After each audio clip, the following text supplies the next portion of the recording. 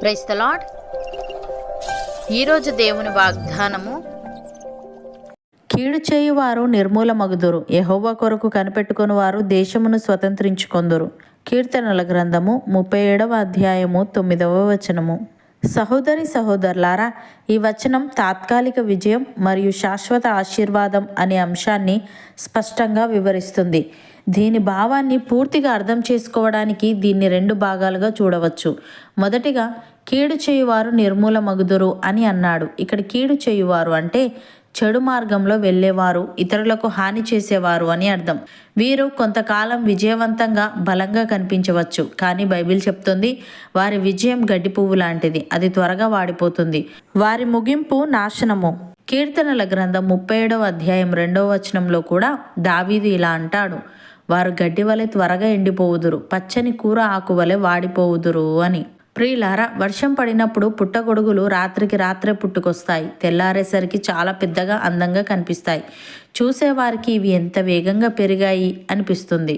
కానీ సాయంత్రానికి లేదా ఎండ రాగానే అవి వాడిపోయి కుళ్ళిపోతాయి. వాటికి బలమైన వేరు ఉండదు. చెడ్డవారి విజయం పుట్టగొడుగు లాంటిది, అది తాత్కాలికం. ఉదాహరణకు, అబ్షాలోము చాలా అందగాడు. అతడు తన తండ్రి దావీదుకి వ్యతిరేకంగా కుట్ర పన్ని ప్రజల మనసులను దొంగిలించాడు. అతడు అన్యాయంగా రాజ్యాన్ని ఆక్రమించుకున్నప్పుడు అతనే గెలిచాడని అందరూ అనుకున్నారు. దావీదు పారిపోవాల్సి వచ్చింది. అబ్షాలోము విజయం గడ్డి పువ్వులా చాలా ఆకర్షణీయంగా కనిపించింది, కానీ అతని విజయం ఎక్కువ కాలం నిలవలేదు. యుద్ధంలో అతడు ప్రయాణిస్తున్నప్పుడు అతని జుట్టు ఒక చెట్టు కొమ్మకు చిక్కుకుంది. శత్రువులు వచ్చి అతన్ని చంపారు. అన్యాయంగా సంపాదించిన అధికారం అతనికి చావును తెచ్చిపెట్టింది. అతడు అకాల మరణం చెందాడు. ప్రియులారా, కీడు చేయువారు నిర్మూలమగుదురు అంటే దేవుని ఉద్దేశం ఇదే. వారికి వేరు లేదు. చెడుతనానికి దేవుని ఆశీర్వాదం అనే వేరు ఉండదు, కాబట్టి అది నిలబడదు. వారి గెలుపు కొంతకాలం మాత్రమే ఉంటుంది. చివరికి వారికి మిగిలేది నాశనమే. కాబట్టి ఇతరులు అన్యాయంగా పైకి వస్తున్నారని మనం బాధపడకూడదు, ఎందుకంటే వారి పతనం కూడా అంతే వేగంగా ఉంటుంది. రెండవదిగా, యెహోవా కొరకు కనిపెట్టుకుని వారు దేశమును స్వతంత్రించుకొందురు అని అన్నాడు. ఇక్కడ కనిపెట్టుకొనుట అంటే నిష్క్రియంగా కూర్చోవడం కాదు. దీని అర్థం కష్టాలు వచ్చినా, అన్యాయం జరిగినా ప్రతీకారం తీర్చుకోకుండా దేవుని న్యాయంపై నమ్మకం ఉంచి ఓర్పుతో జీవించడం. ఇలాంటి వారు దేవుని వాగ్దానాలను, శాంతిని మరియు ఆశీర్వాదాన్ని పొందుకుంటారు. ఉదాహరణకు, యోసేపును సొంత అన్నలే అమ్మేశారు. ఐగుప్తులో పోతిఫరు భార్య అబద్ధం చెప్పడం వల్ల జైలు పాలయ్యాడు. తప్పు చేయకపోయినా శిక్ష అనుభవించాడు. జైలులో ఉన్నప్పుడు యోసేపు నాకెందుకు ఈ కష్టం వచ్చింది అని ఏడుస్తూ కూర్చోలేదు. జైలు అధికారికి నమ్మకంగా ఉంటూ తోటి ఖైదీలకు సేవ చేశాడు. దేవుడు తనను విడిపిస్తాడని నమ్మి తన ప్రవర్తనను పాడు చేసుకోలేదు. సుమారు 13 సంవత్సరాల నిరీక్షణ తర్వాత దేవుడు అతన్ని జైలు నుండి నేరుగా ఐగుప్తు దేశానికి ప్రధానమంత్రినిగా చేశాడు. కరువు కాలంలో తన కుటుంబాన్ని పోషించి ఆశీర్వదించబడ్డాడు. ప్రియులారా, దేవుని గడియారంలో ఆలస్యం ఉండదు, తొందరపాటు ఉండదు. ఆయన సమయం ఎప్పుడూ సరైనదే. దేవుని కోసం కనిపెట్టుకొని ఉన్నప్పుడు కొన్నిసార్లు బయటకి ఏ మార్పు కనిపించకపోవచ్చు, కానీ దేవుడు మిమ్మలను బలపరుస్తున్నాడు. ఆశీర్వాదం వచ్చినప్పుడు మీరు దాన్ని నిలబెట్టుకునేలా సిద్ధం చేస్తున్నాడు. మనుషులు మిమ్మల్ని చిన్న చూపు చూస్తున్నప్పుడు మీరు దేవుని పాదాల చెంత కనిపెట్టుకొని ఉంటే దేవుడు మీకు ఇచ్చే ఆశీర్వాదం చూసి మిమ్మల్ని విమర్శించిన వారే ఆశ్చర్యపోతారు. దేవుని కోసం కనిపెట్టుకొని ఉండటం అంటే సమయం వృధా చేయడం కాదు, అది మన భవిష్యత్తు విజయానికి వేసే బలమైన పునాది. భక్తుడు ఈ విధంగా అంటున్నాడు, యెహోవా కొరకు కనిపెట్టుకొని ఉండుము, ఆయన మార్గమును అనుసరించుము. భూమిని స్వతంత్రించుకొనున్నట్లు ఆయన నిన్ను హెచ్చించును. భక్తిహీనులు నిర్మూలము కాగా నీవు చూచెదవు.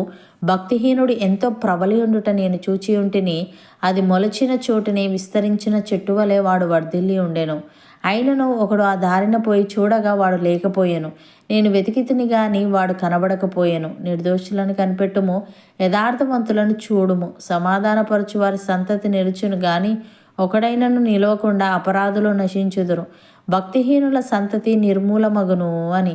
సహోదరి సహోదరులారా, యెహోవాయే నీతిమంతులకు రక్షణాధారము. బాధ కలుగునప్పుడు ఆయనే వారికి ఆశ్రయదుర్గము. యెహోవా వారికి సహాయుడై వారిని రక్షించును. వారు యెహోవా శరణుజొచ్చి ఉన్నారు గనుక ఆయన భక్తిహీనుల చేతిలో నుండి వారిని విడిపించి రక్షించును.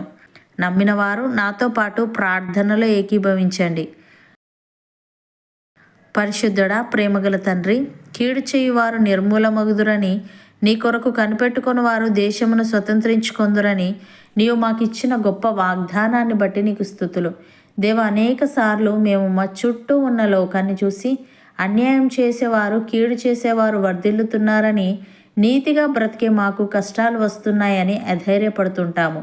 అయితే వారి విజయం గడ్డి పువ్వు వంటిదని, పుట్టగొడుగు వలె అది తాత్కాలికమని ఈరోజు మాకు గుర్తు చేసినందుకు నీకు కృతజ్ఞతలు. తండ్రి, మేము వారిని చూసి అసూయపడకుండా, భయపడకుండా నీ న్యాయ తీర్పుపై సంపూర్ణంగా ఆధారపడే వారంగా ఉండుటకు సహాయము దయచేయమని, మా జీవితంలో కష్టాలు, నిందలు, అన్యాయం జరిగినప్పుడు మేము తొందరపడి సొంత నిర్ణయాలు తీసుకోకుండా, ప్రతీకారం తీర్చుకోకుండా నీ సమయం కోసం ఓపికగా ఎదురు చూసే వారంగా ఉండుటకు కృపచూపమని, నీ సమయం ఎప్పుడూ సరైనదేనని మేము నమ్ముచున్నాము గనుక మాకు రావలసిన ఆశీర్వాదాన్ని, నెమ్మదిని, స్వాస్థ్యమును మాలో ప్రతి ఒక్కరికి నీవే అనుగ్రహించమని యేసుక్రీస్తు నామమున ప్రార్థిస్తున్నాము తండ్రి.